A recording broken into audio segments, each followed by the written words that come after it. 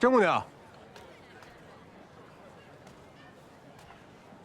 你怎么在这儿？甄姑娘是不是要去齐云山找东土先生？你消息还挺灵通的嘛。若是甄姑娘不嫌弃的话，可否愿与齐某一同前往？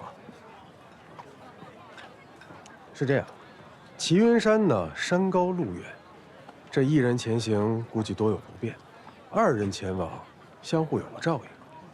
甄姑娘意下如何？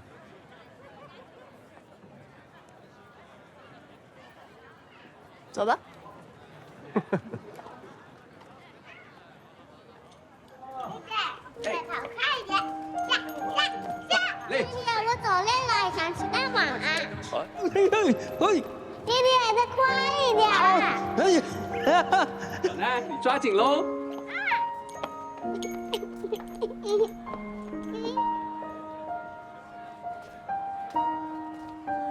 怎么了？没什么。想起我爹了。我小的时候，我爹就这样扛着我，走过这牌坊的。早就对令尊有所耳闻。大明至末五杰之首，八爷之子，徽墨新秀之名，实至名归。可惜啊，我爹走得太早了。那咱们同病相怜，我爹走的也早。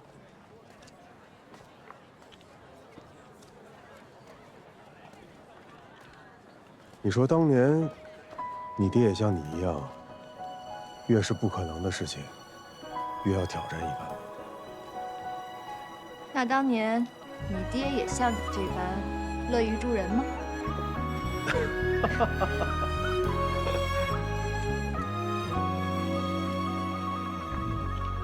情太漫过世界雨，你我主导消波了吹意。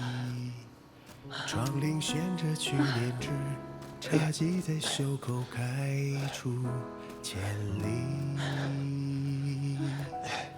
烟丝绕两袅袅，咱们就到这儿坐着歇一下。细数又是天间的游戏。你却结束这年，在这休息一下。又把恨悄然蜿蜒成溪。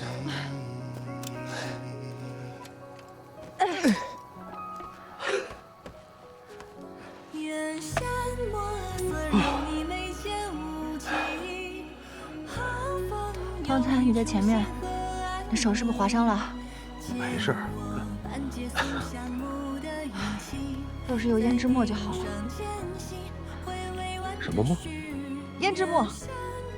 哦，就是一种药墨，抹在伤口上可以消肿止血的。不过这胭脂墨，即便是在徽州也是不常见的，是我小的时候贪玩，每次出去以后回来都弄一身伤，我爹爹为了我特意研制出来的。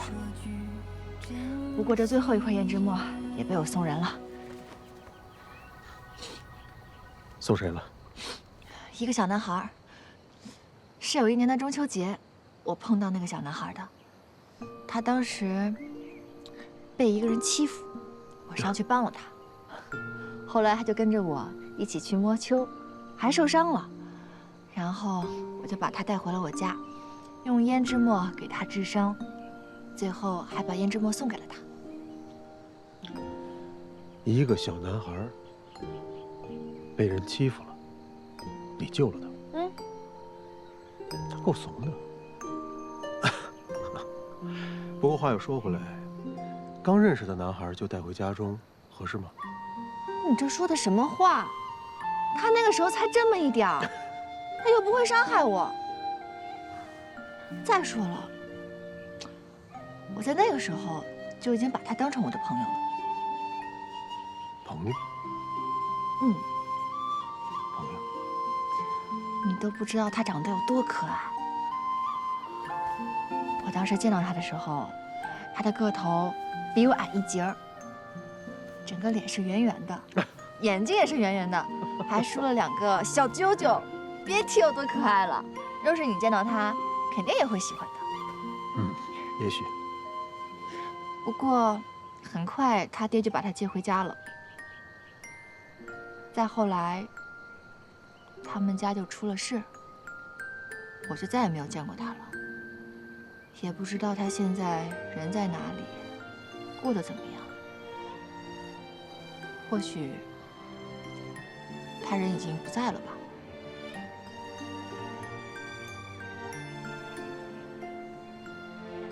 既然是你的朋友的话，那就祝福他。不过他有你这样的朋友，惦记着他。他若在人间，想必也会甚是欣慰的。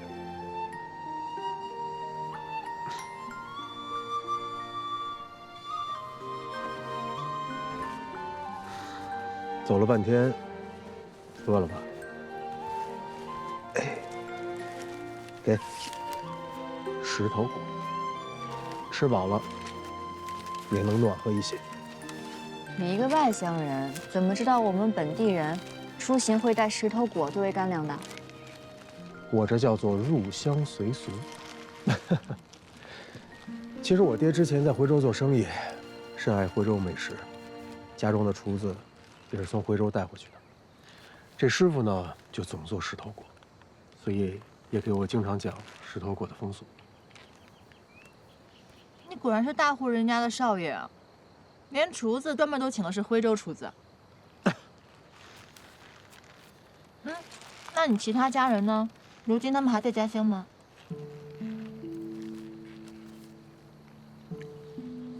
别不太平，家中遭遇悍匪，除了我以外，家人全都死于悍匪手中，只有我侥幸逃脱。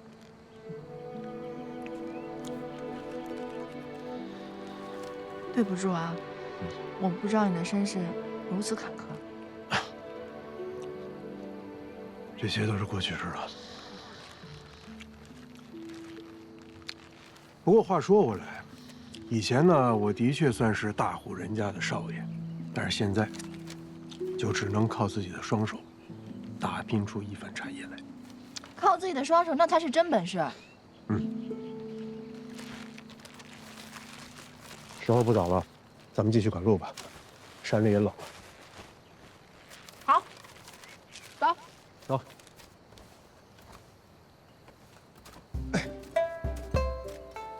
走。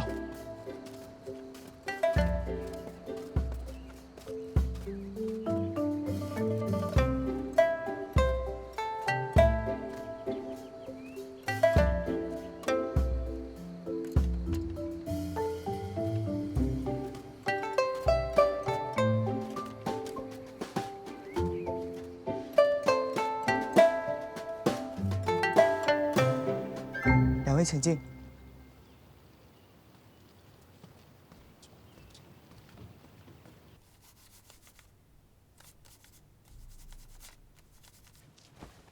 东土先生，晚辈李珍，此次前来特邀您为我李家新出的奇岩古墨试墨。这个陈三爷向来不轻易开口，看来两位小友是深得其心呐。近来齐云山中春寒未过，我刚沏了壶热茶，你们喝点儿，驱寒吧。有劳东土先生。二位小友一路寻来，这路不好走吧？路虽难行，但这一路上云海齐松，山水空明，如入画境。这齐云山不愧是钟灵毓秀的道教神山啊！齐东家，老夫在此地见了这座画室，你可知为何？那戚某就斗胆一猜，刚刚戚某观察到，先生的画作中，无论是山景还是河景，皆有松树，难不成和此处的松景有关？不错，老夫这一生啊，独爱松树，可今时这徽州的松林呐，是一年比一年稀疏，唯有退避此地，才能得到这块心仪之所。松林稀疏是因为徽州墨叶兴盛吧？东土先生，我曾听我爷爷说过，这之前想寻千年松材，俯拾皆是，可如今墨客们想寻百年松材，都要往深山里面去找了。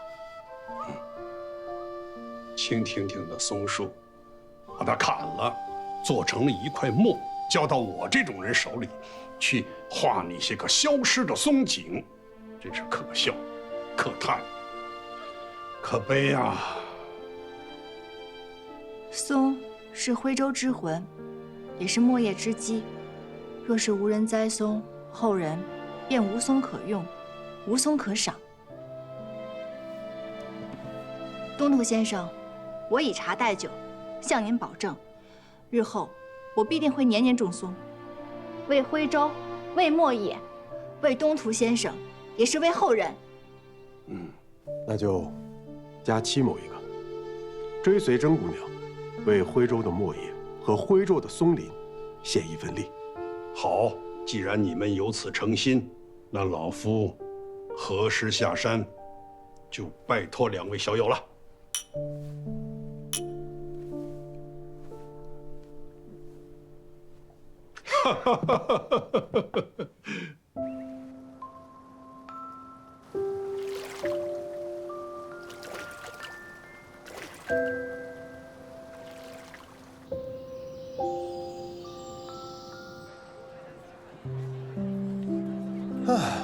回来了。甄姑娘去哪儿？我自然是回家喽。没想到你这个人还是有些用处的嘛。这一次谢谢你了，我先回去了。好。哦。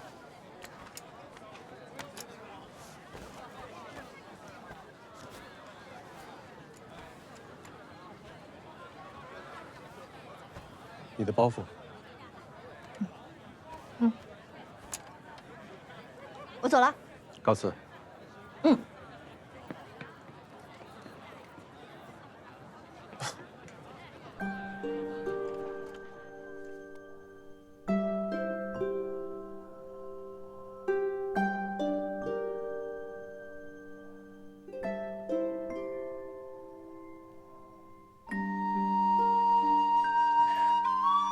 疼吗？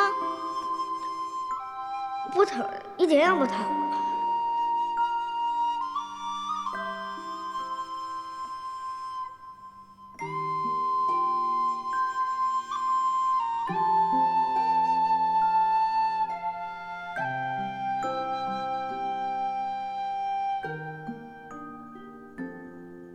我在那个时候就已经把他当成我的朋友了。